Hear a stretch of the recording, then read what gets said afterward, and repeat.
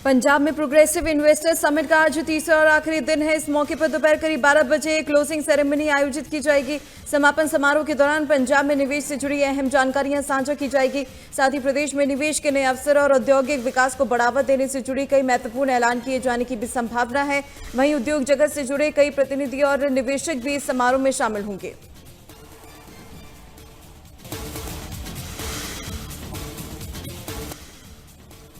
घनौर की अनाज मंडी में गुरु रविदास जी के प्रकाश पर्व को समर्पित संत सम्मेलन आयोजित किया गया। आपको बता दें कि संत सम्मेलन का आयोजन हल्का घनौर के विधायक सरदार गुरलाल घनौर द्वारा किया गया।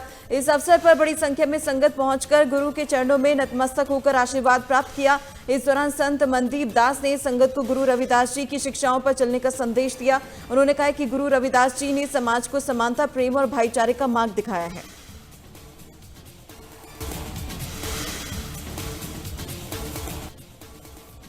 मोगा में बीजेपी की बदलाव रैली को केंद्रीय गृह मंत्री अमित शाह ने किया संबोधित। इस दौरान उन्होंने कहा कि पंजाब में धर्म परिवर्तन पर रोक लगाना बीजेपी की प्रमुख लक्ष्य है।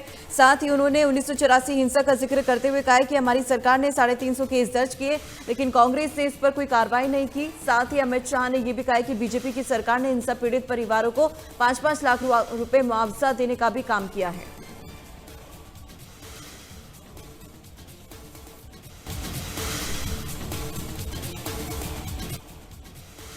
पंजाब में निवेश को बढ़ावा देने के लिए मोहाली में इन्वेस्ट पंजाब समिट का आयोजन किया जा रहा है। समिट के दूसरे दिन सीएम भगवंत सिंह मान ने बताया कि इन्वेस्ट समिट में 30 सेशन रखे गए हैं। इन सभी सेशन में अलग अलग देशों के प्रतिनिधि आपस में चर्चा कर पंजाब में निवेश का खाका तैयार कर रही है। मुख्यमंत्री भगवंत सिंह मान ने बताया कि पंजाब सरकार राज्य में निवेश को बढ़ावा देने के साथ ही युवाओं को रोजगार के बेहतर मौके भी दे रही है। उन्होंने बताया कि अब तक पंजाब के 65,000 युवाओं को नौकरियां दी जा चुकी है।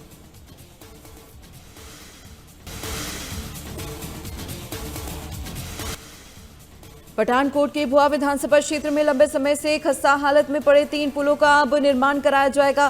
कैबिनेट मंत्री लालचंद कटारू ने बताया कि इन पुलों के निर्माण पर करीब 60 से 87 लाख रुपए तक खर्च किए जाएंगे। उन्होंने कहा कि पहले इन पुलों की ओर से किसी सरकार ने ध्यान नहीं दिया, जिससे लोगों को काफी परेशानियों का सामना करना पड़ रहा था।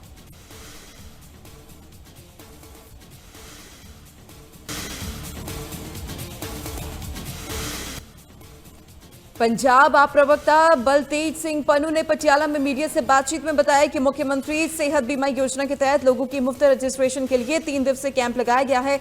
उन्होंने कहा कि इस योजना के तहत परिवारों को 10 लाख रुपए तक का मुआवजा, मुफ्त स्वास्थ्य बीमा मिलेगा और करीब 900 सरकारी और निजी अस्पतालों में इलाज कराया जा सकेगा।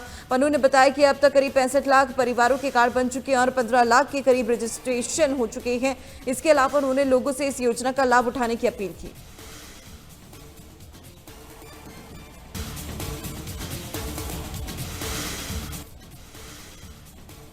पंजाब राज्य एवं चंडीगढ़ मानव अधिकार आयोग के सदस्य डॉक्टर जतिंदर सिंह शांति ने फिरोजपुर का दौरा किया, जहां उन्होंने प्रशासन, सामाजिक संगठनों और सरपंचों के साथ मानव अधिकारों को लेकर बैठक की।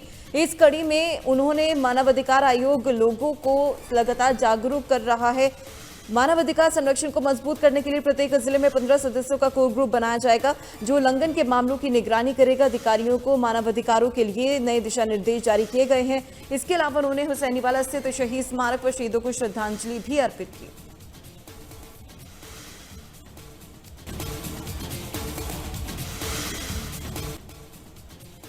मानसा में ब्लॉक समिति चुनाव के दौरान आम आदमी पार्टी के सदस्य को चेयरमैन चुना गया है। इस मौके पर डॉक्टर विजय सिंगला ने शिरोमणि अकाली दल की ओर से लगाए गए पक्षपात के आरोपों को बेबुनियाद बताया है।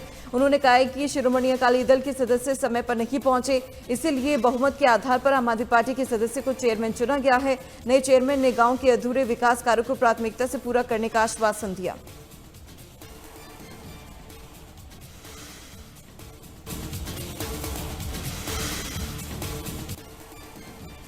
अमृतसर में गैस एजेंसियों की ओर से एलपीजी सिलेंडरों की उपलब्धता में सुधार के बाद ग्राहकों को राहत मिली है।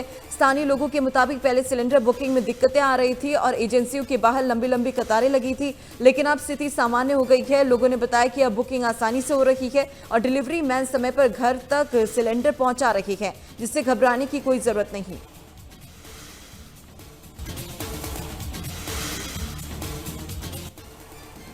खन्ना में ट्रैफिक नियमों और उपद्रव करने वालों के खिलाफ पुलिस ने चेक पॉइंट स्थापित किए। इस मौके पर पुलिस ने सड़क पर आने जाने वाले वाहनों की रोककर चेकिंग की। चेकिंग के दौरान कई वाहनों के चालान भी काटे गए। तो वहीं डीएसपी करमजीत ग्रेवाल ने बताया कि ये चेक पॉइंट यातायात नियमों का उल्लंघन करने वालों के खिलाफ कार्रवाई के उद्देश्य से स्थापित किया गया है, ताकि शहर में कानून व्यवस्था बनी रहे। आगे भी ऐसे अभियान जारी रहेंगे।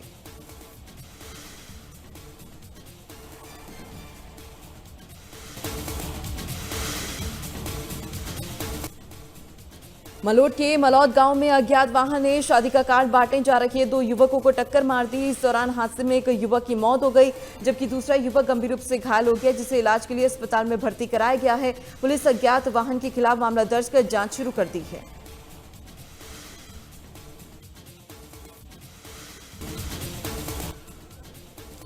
लुधियाना के गयासपुरा इलाके में लूटपाट की वारदात सामने आई है, जहां पर एक अज्ञात आरोपी महिला ने मंगलसूत्र छीनकर फरार हो गया। लूटपाट की पूरी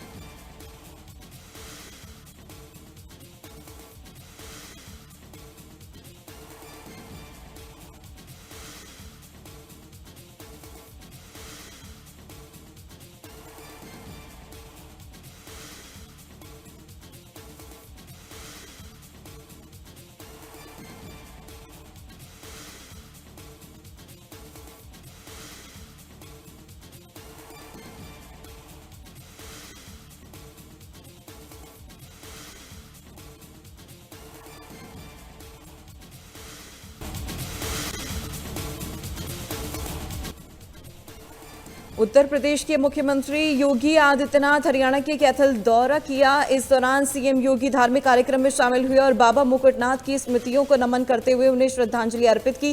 सीएम योगी आदित्यनाथ ने कहा कि कई सालों बाद सोंगल में इतने बड़े स्तर पर संतों और भक्तों का जमावड़ा हुआ है और इस भूमि पर आयोजित धर्म सभा के जरिए पवित्र परंपरा को नमन करने का मौका मिला।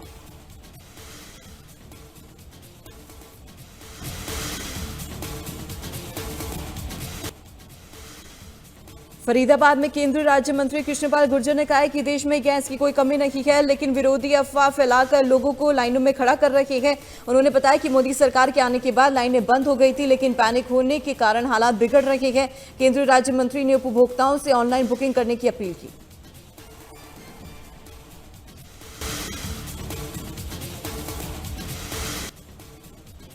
हरियाणा के मुख्यमंत्री नायब सिंह सैनी करनाल में आयोजित एक शादी समारोह में शामिल हुए। इस दौरान उन्होंने राज्यसभा चुनाव को लेकर पूछे गए सवाल पर अपनी प्रतिक्रिया दी। उन्होंने कहा कि राज्यसभा चुनाव के लिए सभी तैयारियां की जा चुकी है। अब इसका परिणाम 16 मार्च को होने वाले मतदान के बाद ही आएंगे।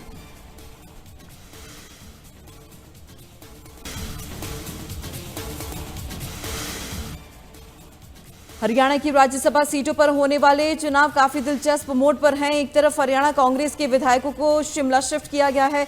ये एक रात होटल में ठहराने के बाद विधायकों को चैल घुमाने के लिए ले जाया गया। तो वहीं दूसरी तरफ चंडीगढ़ में बीजेपी और कुछ निर्दलीय विधायकों को JW मैरियट होटल में रखा गया है, जहां उन्हें राज्यसभा चुनाव में वोटिंग की ट्रेनिंग दी गई। राज्यसभा सीटों के लिए कल मतदान होगा, जिसको लेकर सियासी गतिविधियां तेज हो गई हैं।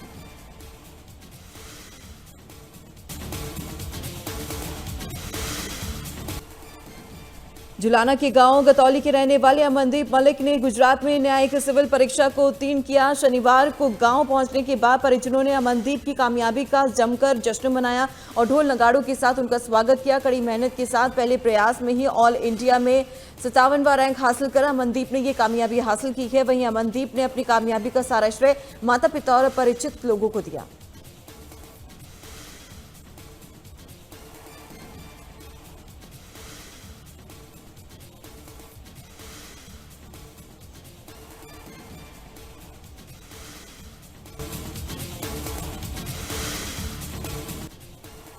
अंबाला में एलपीजी सिलेंडर को लेकर किसी तरह की कमी नजर नहीं आ रही। गैस एजेंसी संचालकों ने लोगों से अपील करते हुए कहा है कि वे पैनिक ना हो और ऑनलाइन बुकिंग करें, जिससे एजेंसियों पर भीड़ कम होगी और 1-2 दिन में सिलेंडर घर तक पहुंच जाएगा। उपभोक्ताओं ने बताया कि शहर में गैस आसानी से मिल रही है और बिना परेशानी की पर्चियां कटकर सिलेंडर दिए जा रहे हैं।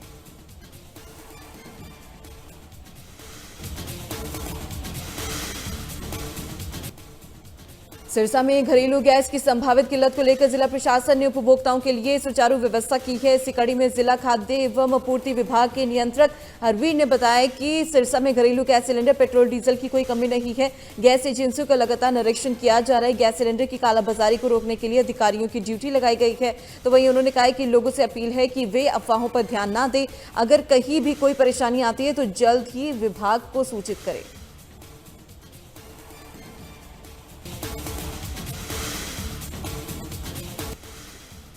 पानीपत में करेंसी एक्सचेंज की दुकान पर फायरिंग का मामला सामने आया है। इस दौरान 3 बाइक सवार युवक दुकान पर फायरिंग कर मौके से फरार हो गए। आरोपियों ने दुकान पर 5 राउंड फायरिंग की। घटना की पूरी वारदात दुकान में लगी सीसीटीवी कैमरे में दर्ज हो गई। स्थानीय लोगों ने वारदात की सूचना पुलिस को दी और इसके बाद पुलिस की सीआईए टीम मौके पर पहुंची और जांच में जुट गई। पुलिस ने बताया कि वारदात से पहले आरोपियों ने दुकान रेकी की थी। सीसीटीवी के आधार पर तीनों आरोपियों को जल्द गिरफ्तार किया जाएगा।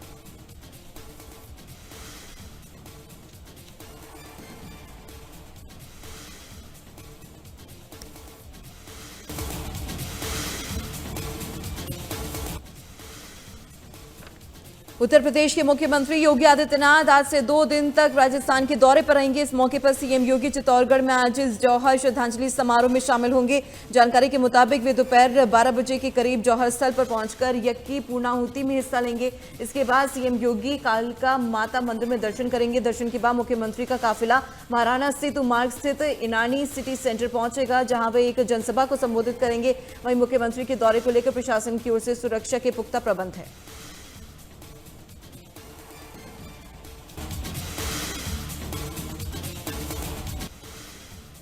यूपी के गाजियाबाद में पुलिस ने देश विरोधी गतिविधियों में शामिल एक बड़े नेटवर्क का खुलासा किया है। इस मामले में कौशाम्बी की पुलिस ने एक महिला समेत 6 लोगों को गिरफ्तार किया, जिसमें महिला को गैंग को मुख्य लीडर बताया गया है। पुलिस के अनुसार ये आरोपी रेलवे स्टेशन, आर्मी एरिया जैसे कई संवेदनशील इलाकों की फोटो वीडियो बनाकर विदेशी नंबरों पर भेजते थे और इसके बदले पैसे लेते थे। पुलिस ने आरोपियों के कब्जे से 8 मोबाइल फोन बरामद किए, जिनमें विदेशी नंबरों के चैट और कई संवेदनशील जगहों की तस्वीरें मिली। फिलहाल पुलिस अब पूरे नेटवर्क की गहनता से जांच कर रही है।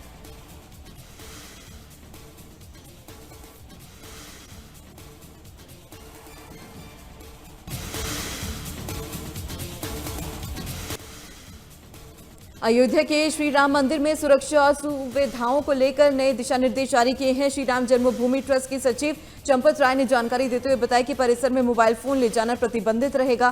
साथ ही सुरक्षा कर्मियों के साथ आने वाले व्यक्तियों को प्रवेश नहीं दिया जाएगा। वही लाइसेंसी रिवॉल्वर, तलवार या बंदूक जैसे सभी हथियार परिसर में प्रतिबंधित रहेंगे। हालांकि सिख समुदाय के सदस्यों को केवल एक कानूनी रूप से अनुमति प्राप्त छोटी कृपाण गले में पहनने की छूट रहेगी। इसके अलावा आगामी चैत्र नवरात्रि के पहले दिन फल, मखाना, मूंगफली, आलू के चिप्स जैसी सामग्री और पीने के पानी उपलब्ध कराया जाएगा।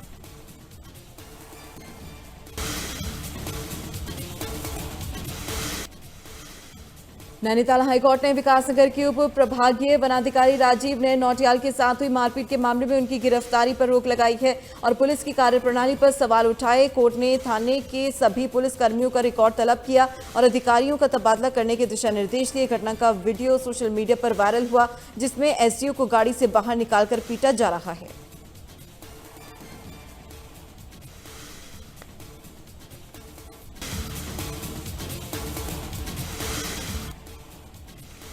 देश में पेट्रोल गैस की उड़ रही अफवाहों के बीच पेट्रोलियम और प्राकृतिक गैस मंत्रालय की संयुक्त सचिव सुजाता शर्मा ने बड़ा बयान दिया। उन्होंने प्रेस कॉन्फ्रेंस कर बताया कि देश में कच्चे तेल और ईंधन की कोई कमी नहीं है और रिफाइनरियां पूरी क्षमता से काम कर रही है। उन्होंने स्पष्ट किया कि पेट्रोल और डीजल की कमी की कोई रिपोर्ट नहीं है और इनके दाम बढ़ाने की भी फिलहाल कोई योजना नहीं है। मंत्रालय के मुताबिक घरेलू स्तर पर पर्याप्त उत्पादन से देश की जरूरतें पूरी हो रही हैं। साथ ही लोगों से एलपीजी की पैनिक बुकिंग से बचने और जरूरत पड़ने पर ही सिलेंडर बुक करने की अपील की गई।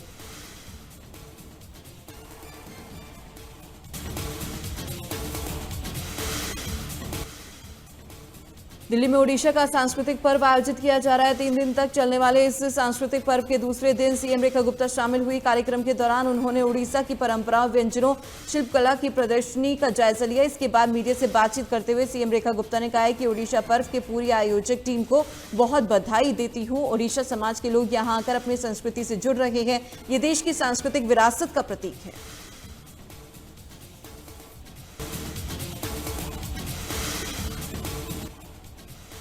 प्रधानमंत्री नरेंद्र मोदी ने असम के सिलचर में शिलोंग सिलचर कॉरिडोर का भूमि पूजन किया। ये पूर्वोत्तर भारत का पहला एक्सेस नियंत्रित ग्रीनफील्ड 4 लेन वाला हाई स्पीड कॉरिडोर है। इसे करीब 23,000 करोड़ रुपए की लागत से बनाया जा रहा है।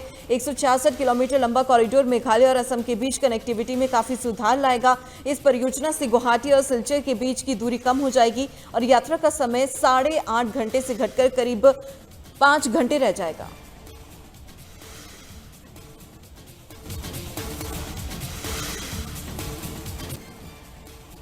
भारतीय सेना की बलनोई बटालियन की ओर से पुंछ में डिफेंस पोर्टर भर्ती रैली का आयोजन किया गया। इस भर्ती रैली को आयोजित करने का उद्देश्य सीमावर्ती क्षेत्रों के स्थानीय युवाओं को रोजगार के अवसर प्रदान करना रहा। वहीं रैली में दौरान बता दें कि 600 से ज्यादा युवाओं ने हिस्सा लिया। रैली के दौरान सभी युवाओं का फिजिकल टेस्ट लिया गया है। सेना अधिकारियों ने बताया कि बलनोई बटालियन हर बार युवाओं को भर्ती के जरिए तैयार करती है। रैली में कई लोगों का चयन किया गया है। उन्हें फिजिकल टेस्ट के बाद रोजगार दिया जाएगा।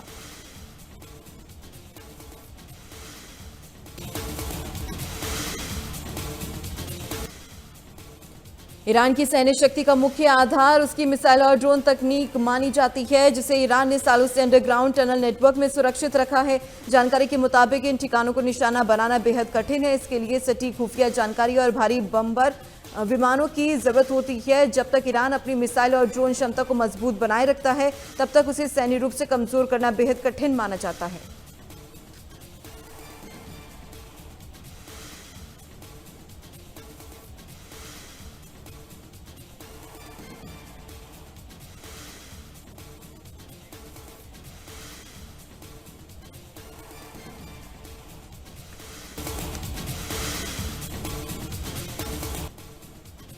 अमेरिका, इजरायल और ईरान जंग का आज 15वां दिन है। खार्गद्वीप पर अमेरिकी हमलों और स्टेट ऑफ होर्मुज बंद होने से तेल की कीमतें बढ़ गई हैं। इसके अलावा युद्ध के चलते अब तक 2000 से ज्यादा लोगों की मौत हो चुकी है। इसी कड़ी में लोग चाह रहे हैं कि युद्ध विराम हो जाए, जबकि अमेरिकी व्हाइट हाउस के प्रशासन ने साफ कर दिया है कि अमेरिका की प्राथमिकता सैन्य अभियान जारी रखना है, न कि युद्ध विराम पर चर्चा करना। वहीं दूसरी ओर ईरान ने कहा है कि जब तक अमेरिका और इजरायल के हवाई हमले बंद नहीं करते, तब तक किसी भी युद्ध विराम पर बातचीत संभव नहीं।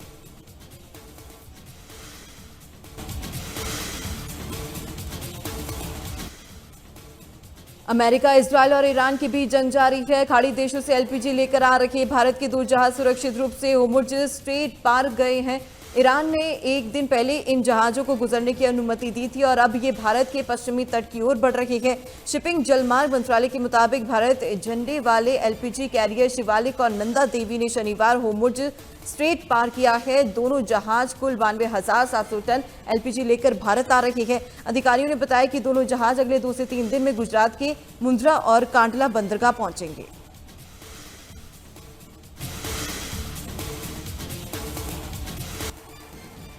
ईरान ने एक बार फिर से यूएई पर अटैक किया है। इस बार फुजैरा पोर्ट स्थित तेल भंडारण सुविधाओं पर ड्रोन दागा गया, जिसकी वजह से टर्मिनल पर आग लग गई और इस समय स्ट्रेट ऑफ होर्मुज बंद होने की वजह से पहले से ही तेल संकट है। ऐसे में ये हमला संकट को और बढ़ा सकता है। सूत्रों के मुताबिक ड्रोन हमले और आग लगने की घटना के बाद फुजैरा बंदरगाह पर तेल लोडिंग के काम को अस्थायी रूप से रोक दिया गया है। फुजैरा बंदरगाह स्ट्रेट ऑफ होर्मुज के बाहर ओमान की खाड़ी के किनारे और होर्मुज जल मंडूर मध्य के बाहर स्थित है, इसलिए ये ऊर्जा व्यापार के लिए बेहद रणनीतिक माना जाता है।